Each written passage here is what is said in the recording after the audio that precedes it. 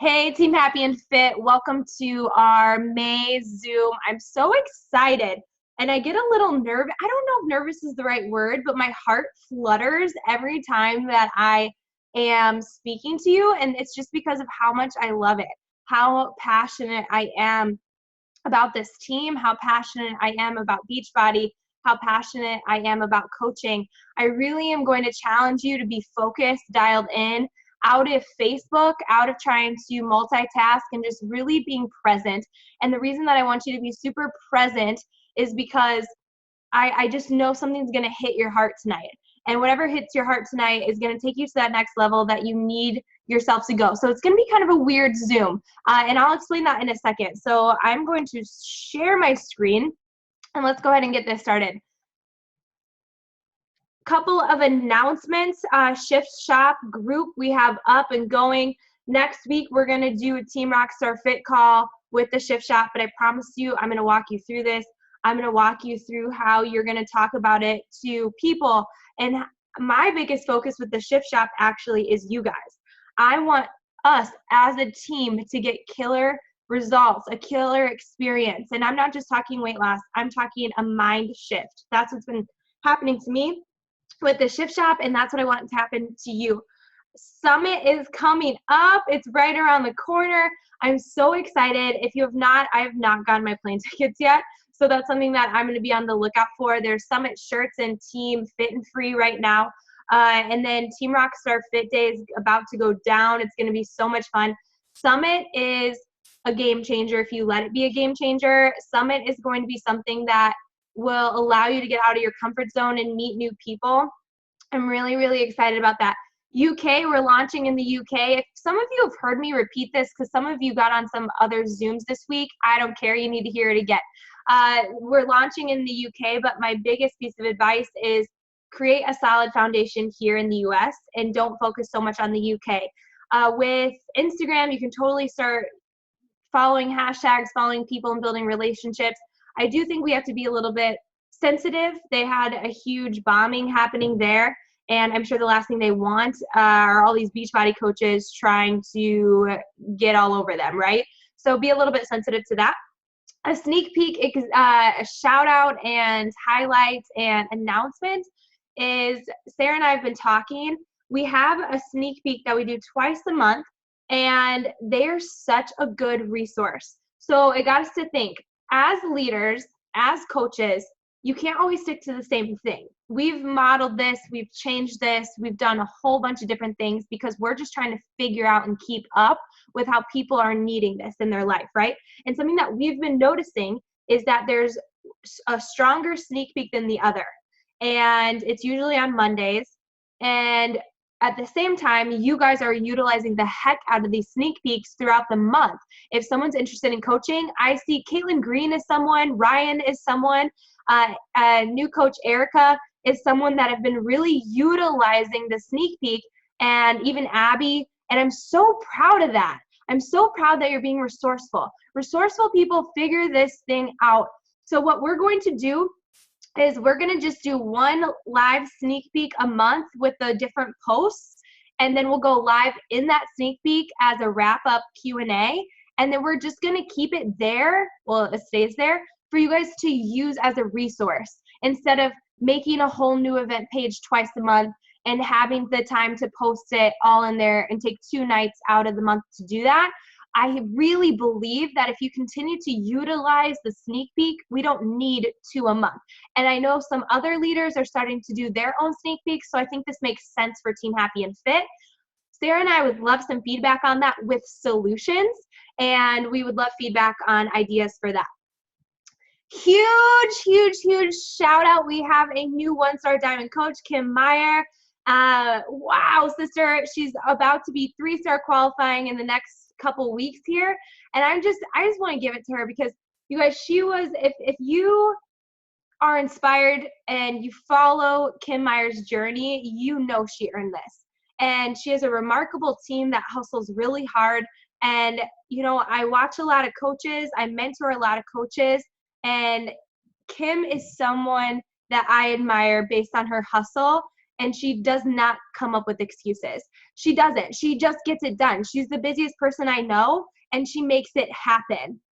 So huge shout out to you and your team.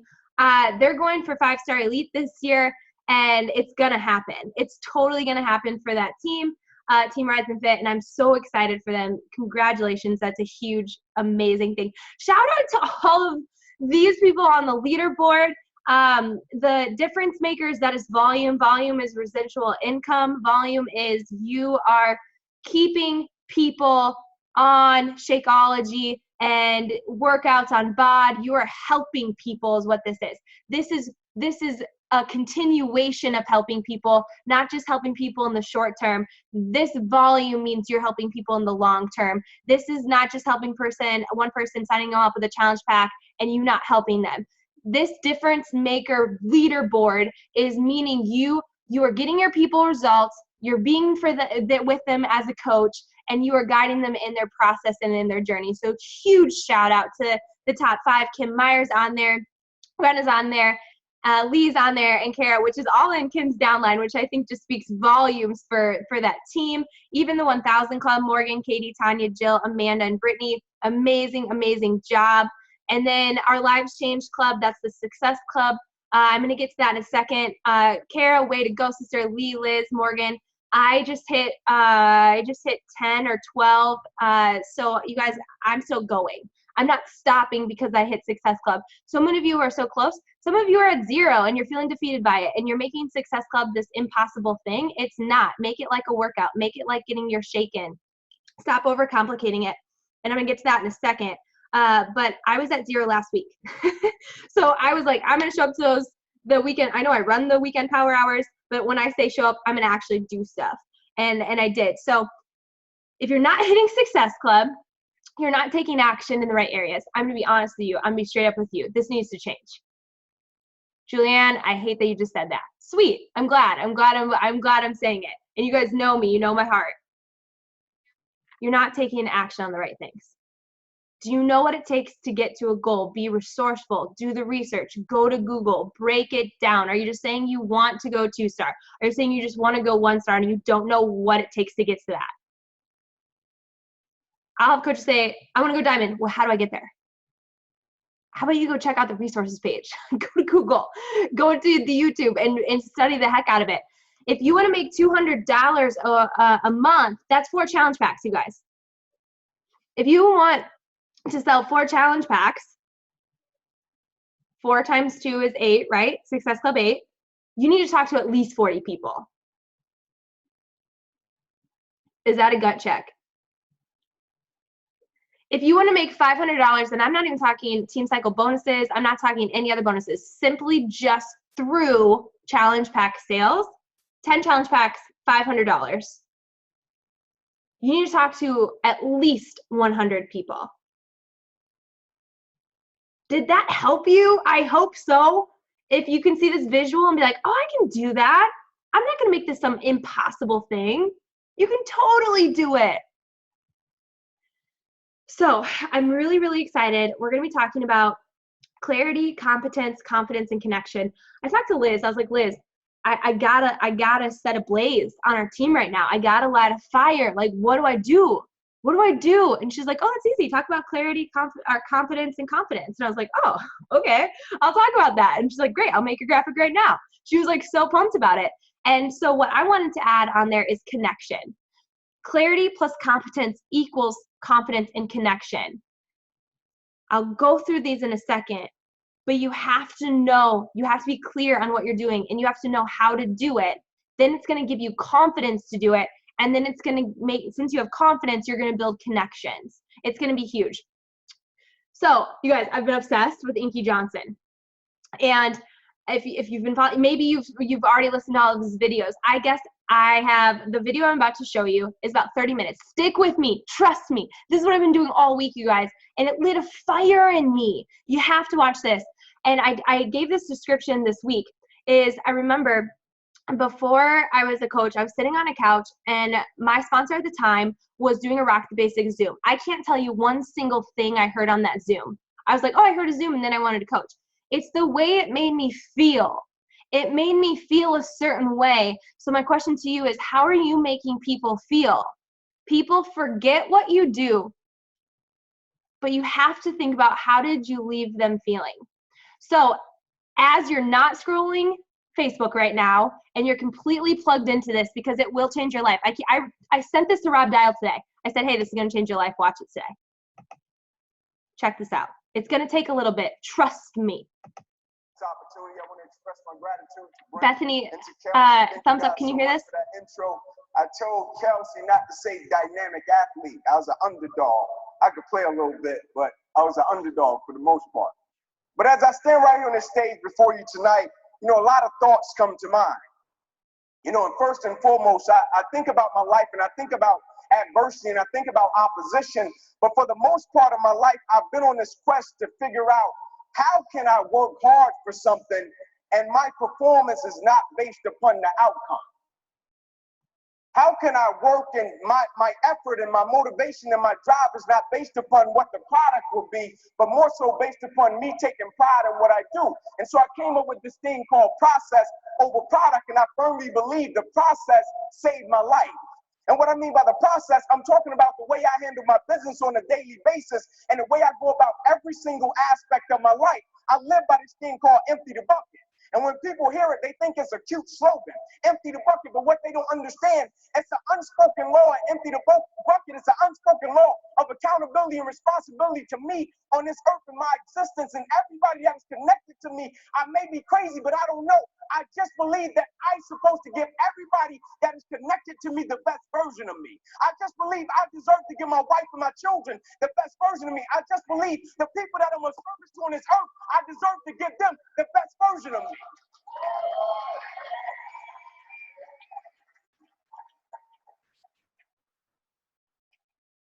You see, the thing about chasing a product and what the product is money.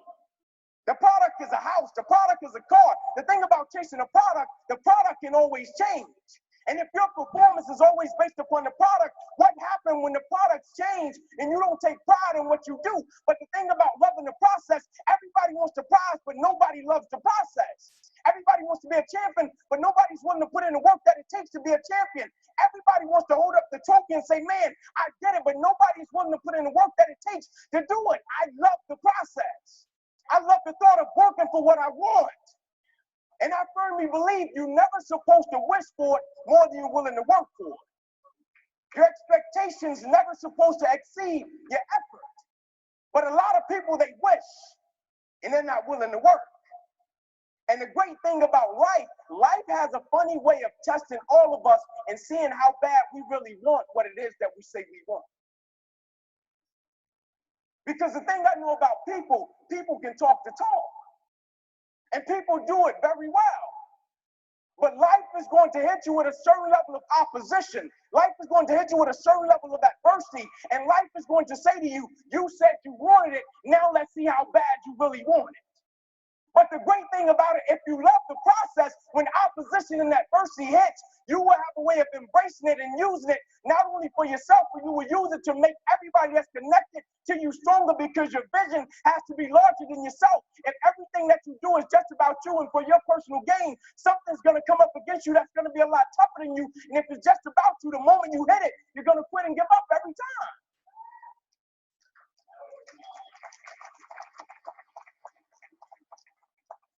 But I believe in giving the backstory, because I think the backstory shapes and molds situations and circumstances. And so I have to give you the backstory of what shaped and molded me into the man that I am today. I'm 29 years old. My mother got pregnant with me at 15 years old. I grew up on the east side of Atlanta, about 5 minutes away from where the Atlanta Braves play, in a neighborhood by the name of Kirkwood. Drugs, gangs, violence, you name it. And I came up in a 2-bedroom home, 14 people.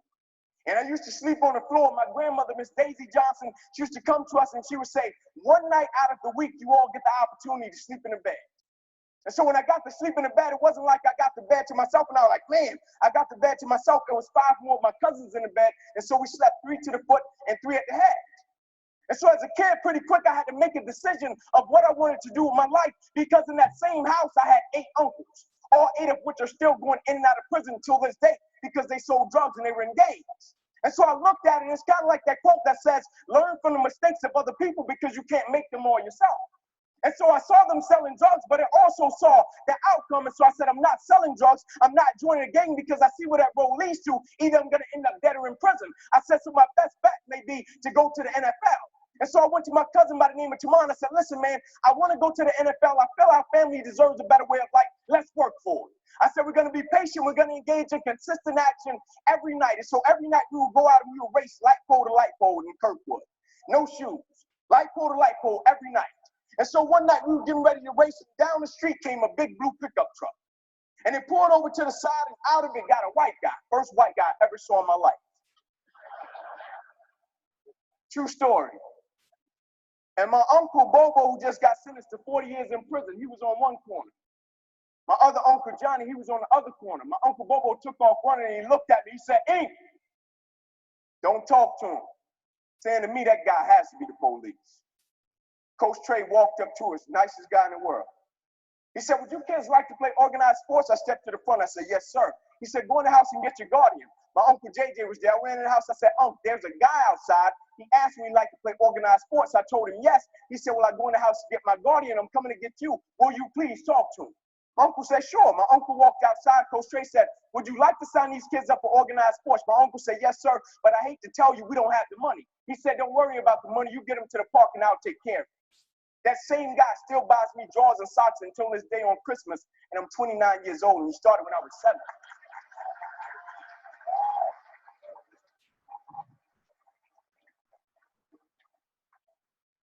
But a weird thing happened one night.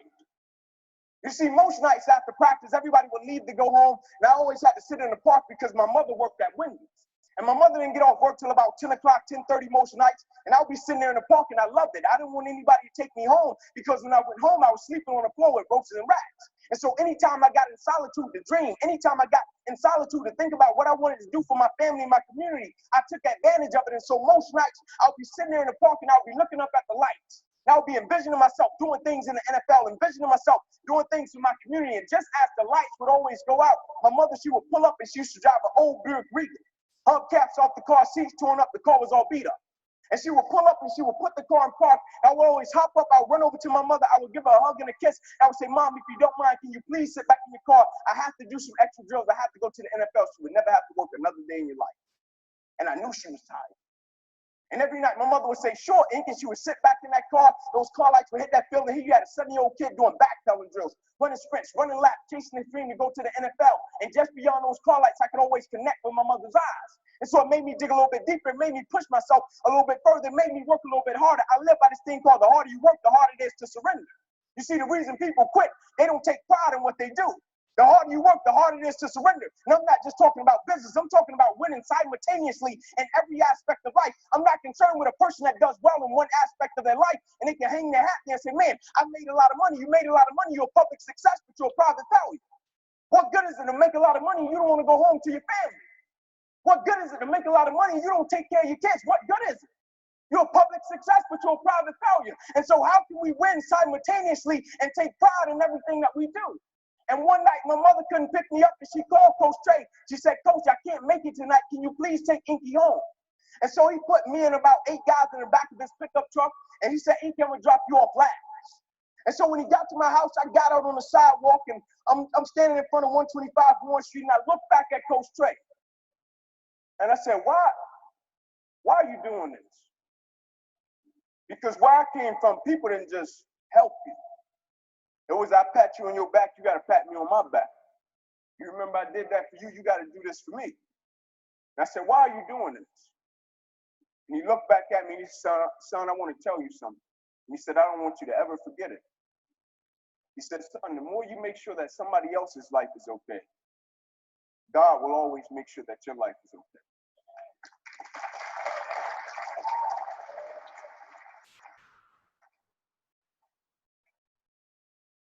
And immediately I got it. The light bulb went off. I stopped being this little selfish kid. I stopped being like my 4-year-old son. And for the first time in my life, I stopped thinking everything was just about Inky Johnson. And I realized my existence on this earth is a lot bigger than me. I realized my lineage and my family, when I step outside of my door in the morning, what I represent is a lot bigger than me. And so the thing I had to understand, every day I woke up and everything that I was a part of, I first had to understand I was representing a lot more than myself. I first had to start living by two words: honor and legacy. And what I mean by honor and legacy, you honor the ones that paved the way for you. And you leave a legacy for the ones that's coming behind you. We just have it right now. While we're a part of something right now, somebody has came before us and paved the way, and somebody will come after us. And so while we have it, how can we do it in such a way that we leave a legacy for the ones that's coming behind us, and we honor the ones that paved the way for us? And so everything I did, I took a certain level of pride in it. People thought I just wanted to be a great football player. What they didn't understand about Inky Johnson was this: I could have washed cars. I guarantee you I would have been the best car washer there was in the world. Because the thing I understood, I wasn't just representing myself. It wasn't just about me. Everything that I did, I shifted my mindset from me to we. Now I was operating with a spirit of collective character, meaning it didn't matter what I did individually. If I didn't represent my mother in the right way, it didn't matter. If I didn't represent my lineage in the right way, if I didn't represent my team in the right way, who cares what I did individually? I didn't care if we won a game and I scored 40 points individually. Who cared? I shifted from me to we. And so everything I started to do, I was thinking about my family, I was thinking about my community, I was thinking about my friends in a different way. And I will never forget, I got to high school, and nobody in my family had ever been to college. They all dropped out, ended up in prison. My high school, the name of it was Crim High School in Atlanta. They used to call it Crime High. They used to shoot teachers. And my first day, I walked through the metal detector, and a cop was standing on the other end of the metal detector. And he said, "What is your plan, little man?" I said, "My plan is to go to Division I." He said, "No, you'll probably go to cell block D1. I said, "No, you got the wrong guy." He said, "I heard that before. Your uncles came through and said the same thing." I said, "No, I'm telling you, you got the wrong guy." You know the first person I went to see when I got my scholarship paper?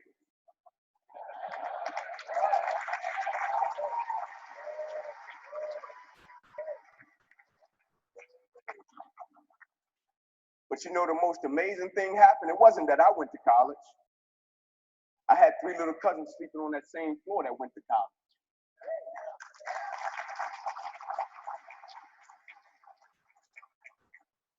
I saw friends in my community come off the corner from selling drugs and go to college. I saw friends in my community come out of gangs and go to college. All because I shifted my mindset and it wasn't about me. I broke generational curses in my community because it wasn't just about me. I didn't care so much about me going to college. I wanted the ones coming behind me to get it. And I'll never forget, I went on an airplane, and my first time riding an airplane, I was a senior going to a football game, and I went in the restroom on the airplane, and as I was washing my hands, there was a sign on the wall. And I'll never forget it. My first time on an airplane, I'm washing my hands, there was a sign on the wall. And as I was walking out of the restroom, the sign said, "As common courtesy to the person that's coming behind you, can you wipe the sink out and leave it better than you found it?" And I said, as common courtesy to the generation that is coming behind me in life, everything that I touch, everything that I'm a part of, I vow to God that I will leave it better than I found it. And so now it wasn't even about me.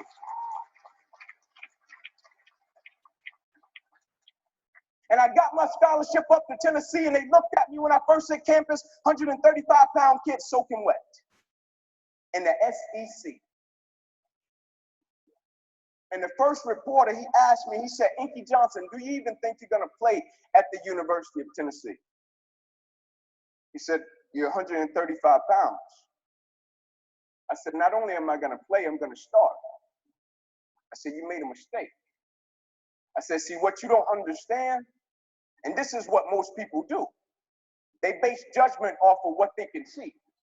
But what they don't understand, the moments that make you who you are, the moments that they can't see.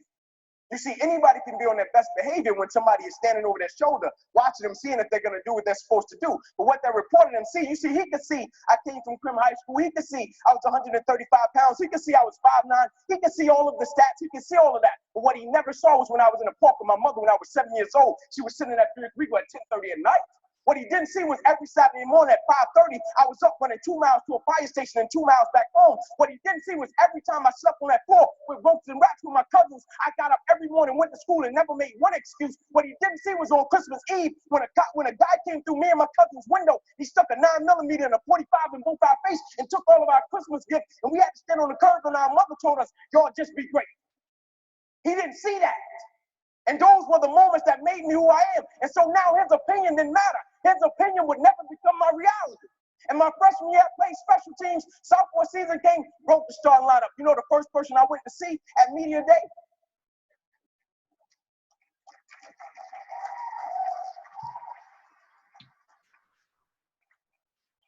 He quit. He was so embarrassed. And I'll never forget my sophomore season. I finally made it to the point in my life where I felt as if everything in my life was lining up. Spiritually, I was getting discipled. Life was in shape. On track to graduate in 3 years. Life was in shape. Education. I still remember the day I was in the film room watching film, and I was watching the California Bears, and my defensive backs coach, Larry Slade, came in the room. He said, Inky Johnson, I got some good news for you. And I dropped the clicker. And I said, Coach, what is it? He said, son, you're a projected top 30 draft pick. He said, all you have to do is play these next 10 football games. You're an automatic multimillionaire. I ran out of the room. I got on the phone. I called my mother and my grandmother. I said, listen. I said, after this season, we would never struggle. I said, we would never miss another meal. I said, after this season, our lives are about to change forever. And little did I know our lives were really about to change. The first game we come out, play against California Bears. I get an interception. We shut them down. We get the victory. Second game, we're playing against Air Force. It gets late in the game, found ourselves in a dogfight. Quarterback dropped back. He released the ball to the running back coming down my sideline. Now I approach the tackle like I approach any other tackle. And the way I'm approaching it, either I'm going to knock you out or you're going to knock me out. I'm 165 pounds. I can't play with anybody. But at the point of contact, when I hit this guy, something different happened that had never happened to me before in my life. I hit him, and it seemed as if every breath in my body left. My body went completely limp. I fell to the ground. I blacked out.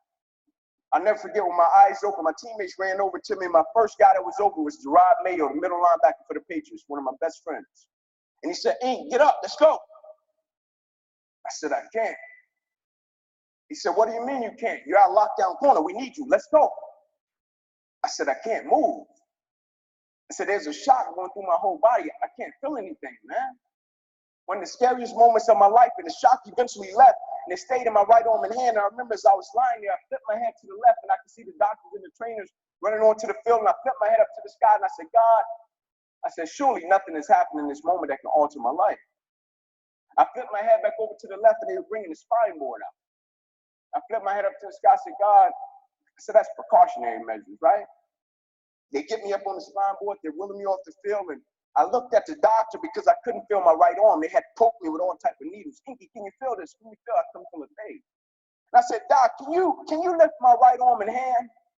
He said, sure, Ink. And he raised it up, and I lifted my left. And I pumped it to our supporters. I don't believe in using the word fans. I think it's an arrogant term. Who am I to call a person a fan? They pay to see you play, to support you. And as he was bringing my arm down, I looked at the doctor. I said, oh, yeah. I said, I'll be back. Never thinking that would be the last game that I would ever play in my life. They get me in the ambulance, things turn up a notch. I still don't pay it any mind. They get me over to the hospital, said, Inky, we're going to take you back to run some CAT scans. They took me back. They ran the CAT scans, and they rolled me back into my room, and I'll never forget it. All in about a 15-second time frame, I was lying there in my bed, and I could see over my right shoulder. And I looked at my father, and we caught eyes, and my father, he went to take a step in, and he looked at me, and he said, son, I can't do it. And he walked out. My mother, she came in, she was running. She kissed me on my forehead. She said a prayer. She said, Ink, everything is going to be okay. And she ran out. And as soon as my mother stepped outside of the room, the doctor rushed in from the opposite side. And he said, hey, get in here. We got to rush this guy back to emergency surgery. He's about to die. I said, what? I said, my mom just told me everything was going to be okay.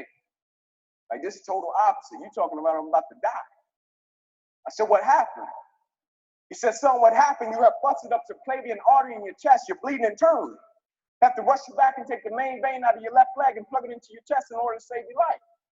And when I woke up from recovery, the same doctor was standing over me. He said, Inky, I have some good news and some bad news for you. I said, you got some bad news for me? After telling me I was about to die, I'm still alive.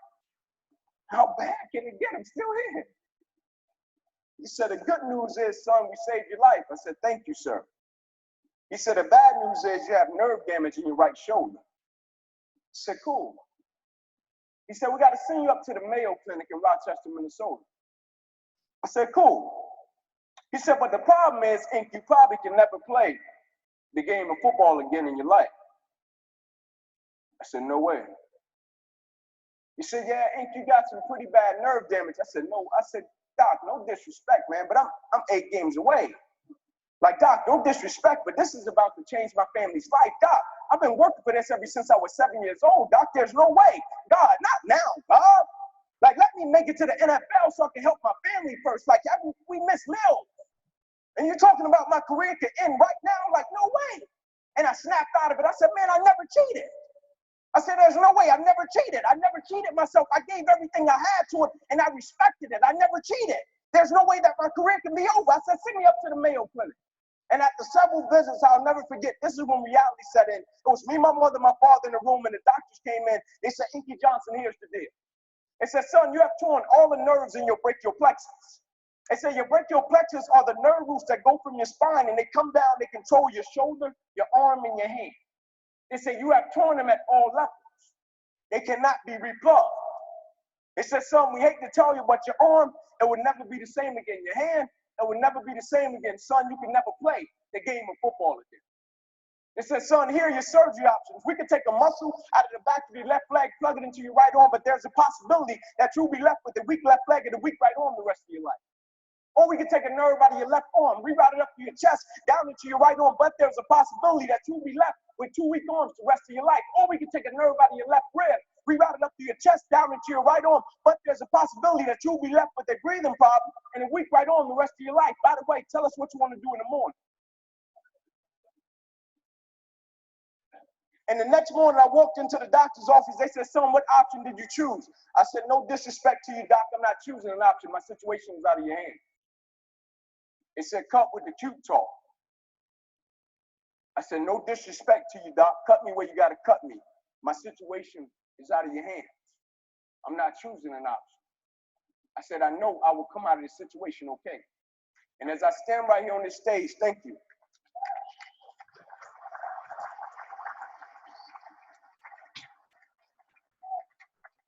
As I stand right here on this stage before you today, they cut me 6 times down my left thigh.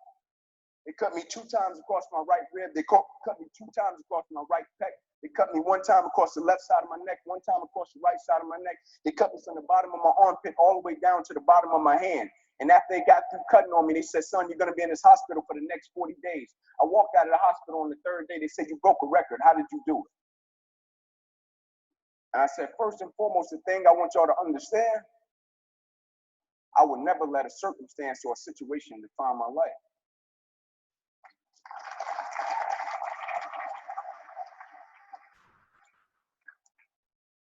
But most importantly, you know what I had invested? I had sweat equity. I had been working my whole life. And what I didn't understand, by being determined to chase something, by being committed to it, and what commitment is staying true to what you said you were going to do long after the mood that you have set it in has left. You see, people think commitment is saying, yes, I'll do it on the days when it feels good. But I have been committed to everything that I ever started in my life, and I never stopped and I never quit it. And so by being committed to everything that I started, I finished it. It built a certain type of spirit. It built a certain type of mentality. It built a certain type of individual. And so now I couldn't quit even if I wanted to. I couldn't lay in the bed even if I wanted to. I couldn't stop even if I wanted to. I had too much sweat equity in my life and everything that I was doing. Because I understood my existence wasn't about me. I went from me to we a long time ago. I understood the process is more important than the product. It wasn't about the outcome for me. Whether I made it to the NFL or not, that was inconsequential in God's plan for my life. But I was going to fall in love with that process because I understood by falling in love with that process, it was going to turn me into a machine.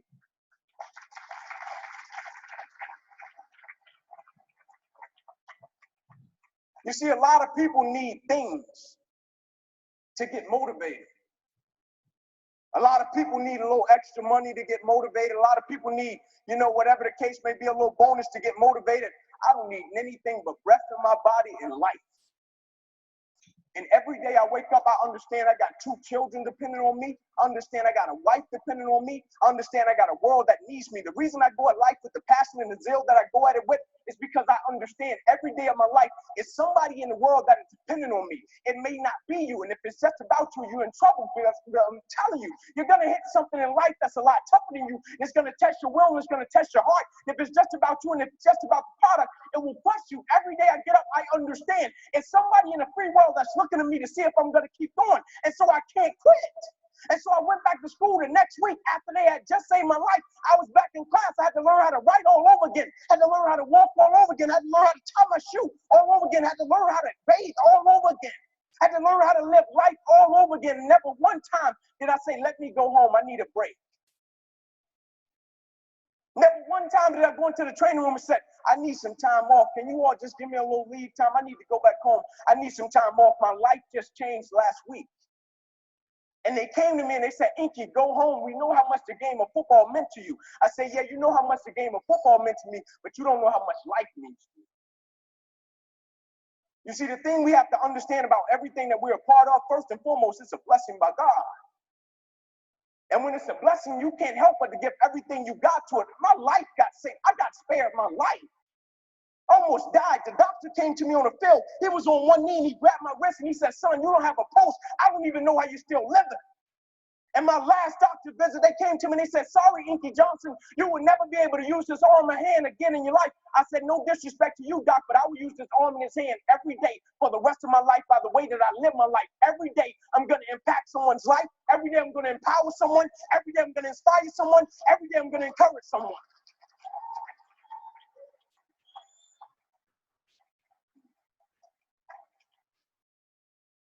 The thing we have to understand, what business are we in? You know, protocol, they call me in the world, they say Inky's a speaker. Inky's a motivational, whatever the case may be, Inky, whatever it is. But what they don't understand, I'm in the people's business. Not a speaker, I'm a servant. Anybody that has direct contact with people on a daily basis, that is an opportunity to change someone's life. Don't ever pass up an opportunity to be of encouragement to other people. Don't ever pass up an opportunity to inspire someone. Don't ever pass up an opportunity to empower someone. Don't ever pass up an opportunity to show someone love. Because the thing about it, my wound, like you can see this. You can see my arm. My wound is visible. But it's a lot of people in this room that are wounded. And you can't see it. And it's internal. And so the opportunities that we pass up to be a blessing to other people, we can save their life with just one encounter. When we talk about me to we, when we talk about process over product, when we talk about sweat equity, when we talk about better together, do we really understand what that means? Because sometimes the thing about life always comes along when we make up our mind and try to distract us. But truth be told, we all know that we're stronger together. And that's in every aspect of life, whether it be sports, whether it be business, whether it be a marriage, whether it be a family, we're always stronger together. It's kind of like the Planet of the Apes movie when Caesar and his guys, they were going crazy, they were going bananas, and Caesar stood back on the hill, and Caesar was trying to calm them down, and they wouldn't calm down, they wouldn't listen to him, and the way he got their attention was phenomenal. The way he got their attention, he picked up a piece of straw, one silly piece of straw. Caesar picked up one silly piece of straw, and he held it up in front of him. He picked up one straw, and he broke it. And then he picked up 2 handfuls of straws, and he braced them. And what he was telling them, alone, we can do nothing. Together, strong, unstoppable, can change the world. Thank you for your time. I greatly appreciate it. God bless you. I have been watching that all week, and I can't help but think what that's going to do for you. Hold on one second. I'm just going to pull this back up. A couple of things that really struck. I've watched this video 5 times, and I keep getting new things. Is commitment's everything, and this is when he said it's not about football, it's about life. And I just really encourage you guys to connect that with your life. Hold on one second. I'm going to hit this share. Man, that wrecks me. Every time I watch it, it wrecks me. How are you making people feel? In the comments right now, how did Inky make you feel? Did he make you feel something? And I hope that you realize that he empowered you, but you can empower other people. How did he make you feel? He made me feel like a machine. He made me feel unstoppable. How did he make you feel?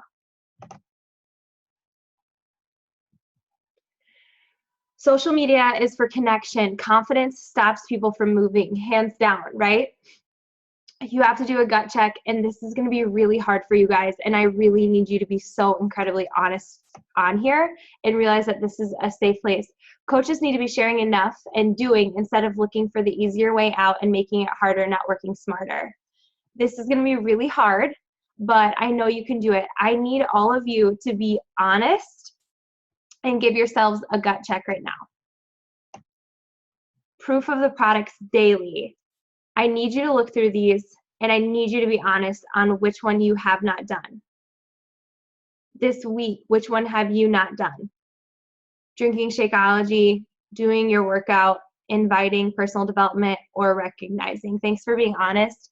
Thanks for being brave. Thanks for speaking your heart. Thank you for sharing. Be honest, recognizing.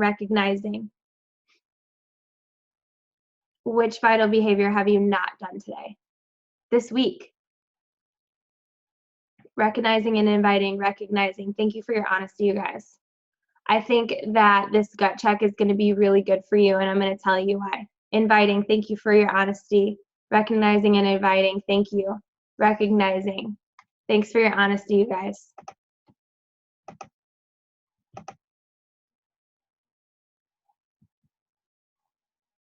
But you have to think about this. Right there, something we can fix, right? That's the good news. It doesn't mean you're flawed and this coaching thing isn't for you. That's not what this means. It just means you need to do more of the proven things that lead to success, and that's the vital behaviors. And P.S., you are not a coach or a CEO if you are just paying the $15.95.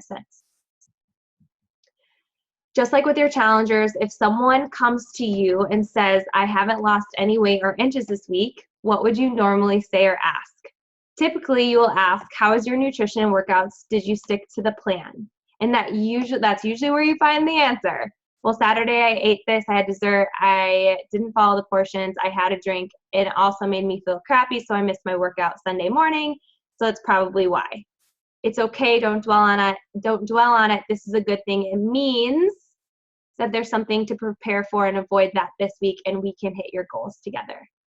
You wouldn't just tell your challenger, oh no, you didn't lose weight, let's cut your calorie bracket and double your workouts, right? Because that'd be working harder and not smarter. Same thing in your coaching business. Before you start thinking of things to do, hit Success Club, the incentives, rewards, the money, whatever, ask yourself if you've done the vital behaviors consistently. And if not, you need to start now. You guys, it's not a secret. It's so crazy how simple this business is. Then you need to ask yourself if you've posted the following publicly on your social media. This is going to be huge. You need to look at this. You need to screenshot this. Have you posted your progress? Have you posted someone else's progress? I haven't. Have you posted about your Shakeology or the performance line? I have taken a picture of it on Snapchat. Have you posted about your workouts, your videos? Have you posted about your meals? What about your next challenge group? What about coaching? What about objections? Which ones are you missing? Do people know you're a coach and open to helping them? And are you sharing a glimpse into your life, not just health and fitness? Lack of clarity.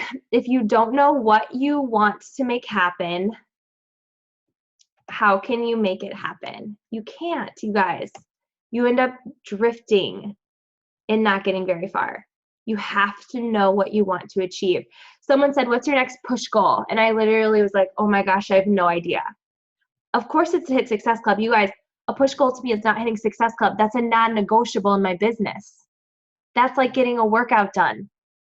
What's my next benchmark? I need to be 6-star qualifying in July. Lack of clarity. Are you giving mixed signals?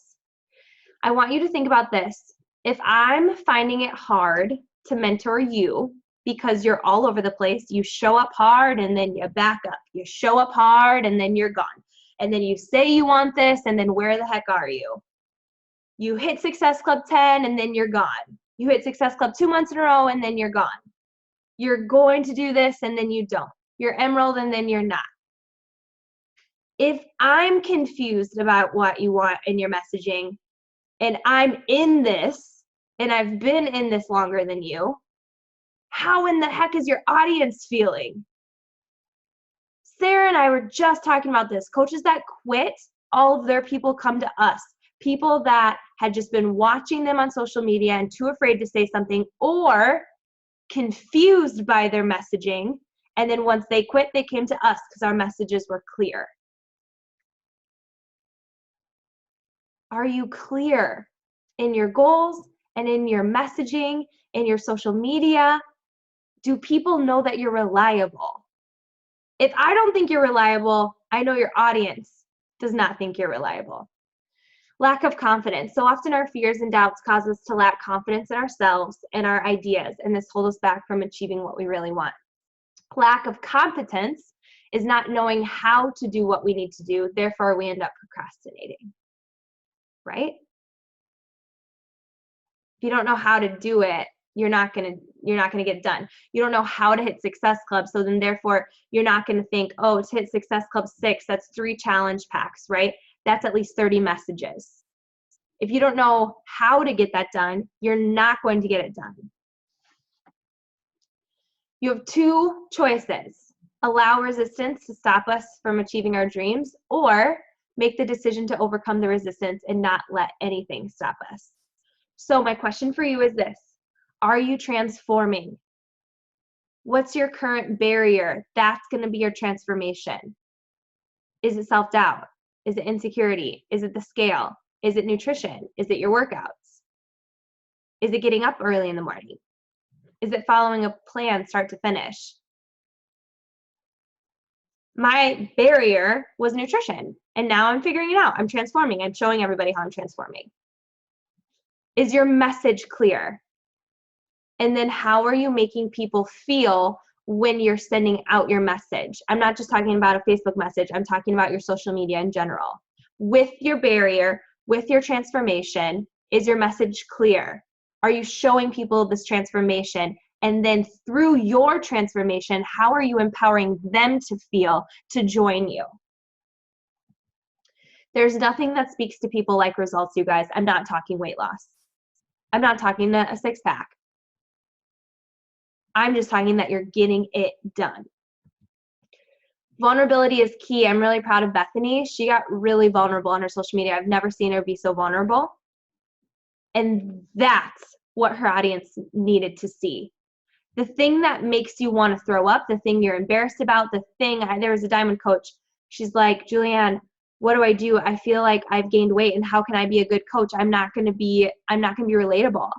And I said, are you kidding me? You're going to be more relatable, because what you're going to do is you're going to fess up, you're going to be honest about it, and you're going to tell your people how hard it is for you to admit this because you're a coach.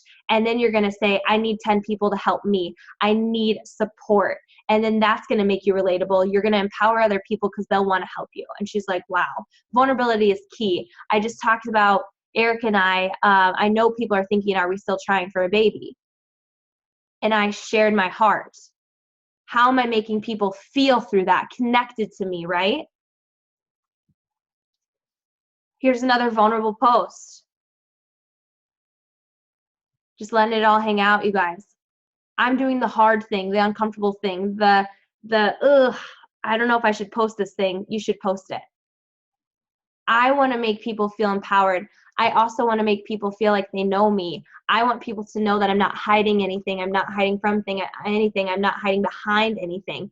Vulnerability is key. If you're struggling with vulnerability, Brene Brown, go listen to her. YouTube the heck out of her. She's going to teach you a whole lot about vulnerability. Are you getting beneath the surface? A lot of you are posting on social media, and it's great. But how are you making people feel when you're posting your workouts? That you're unstoppable, that you're unreachable, that you're untouchable, that no one can even ever do what you do? Or you're saying, dang, that was freaking hard today. You guys, I did my ab workout this morning and not my 45-minute workout that I'm going to do right after this call. Do you think that's the thing I want to do right now? You all know I don't like working out at night. But I'm going to do it, and then what I'm going to post about is how much I didn't want to do it, but then I did it because I just heard an amazing speaker and someone who has so much life within him overcome way more than me just not wanting to get a 45 freaking workout in, right? How are you making people feel? And that's all I have. I just wanted to come at you and share my heart, you guys. I cannot express that. If something's not working for you, why is it not working for you? If you're overcomplicating something, why are you overcomplicating it? What are you doing that isn't working, and what are you doing that, or what are you not doing that you need to do that makes you feel uncomfortable? You're probably not getting vulnerable. You're probably being really inspirational. Man, I got my workouts done, feeling so good. You guys rock. Nah, you're not like that all the time.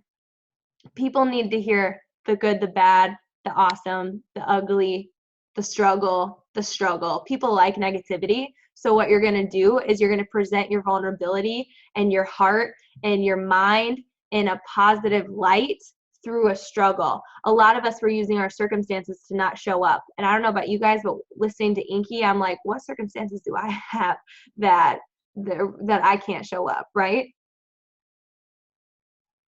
I hope this just totally elevated your heart and your thinking and your motivation and your desire to want to make an impact, because at the end of the day, this isn't about us. It's about them. And if you're not hitting Success Club, you're not helping them. Not truly. They might scroll through your Facebook and feel inspired for 5 seconds. People don't remember what you say. It's how did they leave you? How did you make them feel? What did they take? They see something cool, like, sweet, I'm going to like it. That really inspired me for the day. I needed that. But when you help someone get off blood pressure medication, or you help someone help their battle with depression, or maybe someone was suicidal, or someone had struggled with a lot of other things, and you were able to be there for them and show them health and happiness, and they became an overcomer through your challenge groups, through our team, you got to understand that it's going to make such a long-lasting impact. And how do I know that? Is because you're all on this call and you're all doing it and you're all living it and you're all walking it, and I've heard your stories. And you said yes. What was it that you heard? Or what was it that it made you feel? Did you feel empowered? Did you feel like you could do it too? And then you have to ask yourself, am my social media, am I leaving people feeling that same way? Or am I kind of doing the easy thing and not reaching beneath the surface because it scares me? You get to be you in this business, and I don't think you guys would want to be me. I don't think you'd want to be Sarah. I don't think you'd want to be Kim. You get to be you, you guys. Your own authentic, raw, real self that gets to make an impact, and you get to own that. What makes you different than me? When you're just posting about your workouts and how unstoppable you were during them, it's not separating you. What was the mental challenge, the mental block, the barrier, the life struggle that got you through that workout? Because you elevated your thinking. During that workout, you went to battle through your circumstance and you came out on top, right? You all are amazing. I love you all so much. Thanks for being on. Inky Johnson is the real deal, you guys. I've been listening to him all week, and I'm listening to this new podcast. It's called Quote of the Day Show, and it's really good. You should download it. It's about 12 minutes or less, or sometimes a little bit more, and he was on that, and I was like, I gotta look this guy up. And I did, and I haven't stopped watching him since. Brene Brown is on there. There's a lot of other really great quotes, and then what they do is they share a speech after that quote, and it's really empowering, and I can't get enough of it. And I just really encourage you to think about your gut checks tonight of vital behaviors, but also your gut checks of clarity. Where are you missing clarity in your business? What are you not making clear? What is not clear to you? What does your messaging look like? And what do you not know? The competence part. Do you really not know how to get to Success Club?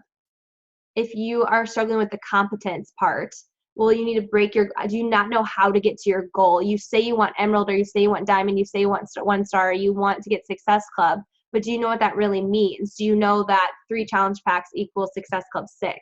Or maybe your goal is, I need to be making $500 a month. Well, do you know what that means? I remember Sarah, I think she was on a call with Vito. I think it was Sarah. This had to have been 2.5 years ago. And she's like, oh, I want to like go home full time as a coach or something. And he's like, okay, how many challenge packs do you need to sell in order to do that? Do you remember that, Sarah? And I think you were like, I think it was you or someone. And then they were like, oh, it wasn't you? Who was it? Where they literally said that, and they were like, oh my gosh, I don't know. He's like, then you don't want it badly enough. Because they didn't know the numbers. I don't know who it was. And then I was like, I don't know either. What the heck? I don't know. Because I kept saying, I want to go home. I want to leave my job one day. I want to do all this stuff. But I didn't actually know what it would take to get there. So are you lacking competence? Then you go to Google. Then you go to YouTube and you figure it out. And then are you lacking confidence? Confidence is going to impact clarity and competence and your connection. The key ingredient in here is confidence. And what I know builds my confidence is listening to someone like Inky Johnson. I know what builds my confidence is being engaged in the team page. I know what builds my confidence is recognizing other people. I know what builds my confidence is completing a day of working out and 100% clean eating. I also know it's giving people compliments. And I also know it means showing up in a real way and not in a sporadic way. I know that me showing up and being intentional builds confidence for me. Giving myself compliments helps me. Listening to worship music and doing devotions helps me with my confidence. Talking about my issues gives me confidence. Talking about my vulnerability gives me confidence because it loses its power over me. And then when you have confidence, you have connection. So if you are missing connection in your business, with the team, with people, you have to gut check yourself. Clarity, competence, confidence. And then you're going to make connections. And when you make connections, you empower people. And then people trust you. And then you take people to a whole new level of thinking. And voila, that's the formula. Pretty cool. All right. I love you all. Congratulations, Kim, on 1 star. That's a huge freaking deal. You guys, the people who are on the leaderboards, why don't you reach out to them? Why don't you reach out to them and say, how are you doing it? What are you doing? Tell me more. What is it? What's the secret sauce? And I guarantee they're not going to tell you a secret sauce.